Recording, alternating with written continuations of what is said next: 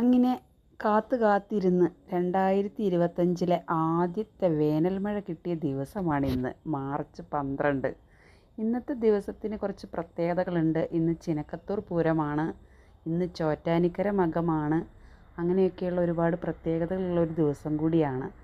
അപ്പം അങ്ങനെ വെറും ചെറിയ ചാറ്റൽ മഴയാണ് നമുക്കിവിടെ കിട്ടിയത്.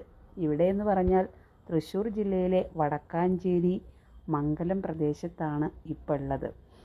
അപ്പോൾ ഈ മംഗലത്തിൻ്റെ പ്രത്യേകത ഇവിടെ ഒരുപാട് വലിയ പാടശേഖരമുള്ളൊരു ഭാഗമാണ് കേട്ടോ. അപ്പോൾ അത് വാഴാനി ഡാമിൽ നിന്ന് വെള്ളം വരുന്ന ഒരു നീലാറ എന്ന് പറയുന്ന ഒരു വാട്ടർഫാൾ, ചെറിയ വാട്ടർഫാളൊക്കെ ഉള്ള ഒരു സ്ഥലമാണ് ഈ മംഗലം. പാടശേഖരത്തിൻ്റെ അറ്റത്തായിട്ട് നമുക്ക് പോവുകയാണെങ്കിൽ കാണാൻ പറ്റും. ഇപ്പം നമ്മൾ പാടശേഖരത്തിൻ്റെ ഭംഗിയാണ് ഇപ്പം നമുക്ക് കാണാൻ കഴിയുക. ഞാൻ ഈ പാടശേഖരത്തോട്ട് വന്നത്, നമ്മുടെ ഒരു കുട്ടി സംഘം ഇവിടെ കളിക്കാൻ വന്നിട്ടുണ്ട്. അവരെന്താണ് ഇവിടെ ചെയ്യുന്നത്, ഈ മഴ ചാറുമ്പോൾ എന്താണ് അവർ ചെയ്തുകൊണ്ടിരിക്കുന്നത് എന്നറിയാൻ കൂടിയാണ് വന്നത് കേട്ടോ. അപ്പോൾ അവർ 4 പേരും കൂടി ഏകദേശം കുറച്ച് ദൂരെയായി, പാടത്തിൻ്റെ കുറച്ച് നടുഭാഗത്തൊക്കെ ആയിട്ടാണ് കളിച്ചുകൊണ്ടിരിക്കുന്നത്.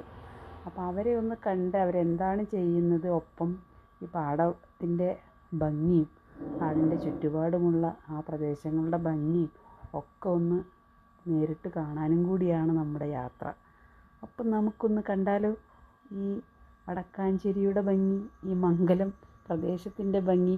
ഈ പാടശേഖരത്തിൻ്റെ ഒരു പ്രത്യേകത എന്ന് പറയുന്നത്, നമ്മുടെ മച്ചാട് തിരുവാണിക്കാവ് ഭഗവതിയുടെ മച്ചാട് മാമാങ്കം നടക്കുമ്പോൾ മംഗലം ദേശത്തിൻ്റെ കുതിര പോകുന്ന ഒരു വഴി കൂടിയാണ്.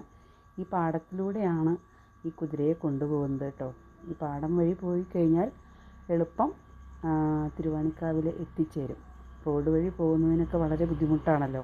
ഈ പാടശേഖരങ്ങളിലൂടെ പോവുകയാണെങ്കിൽ എളുപ്പം എത്തിച്ചേരും. എപ്പോഴും ഇതുവഴിയാണ് മംഗലം ദേശത്തിൻ്റെ കുതിരകൾ പോകുന്നത്.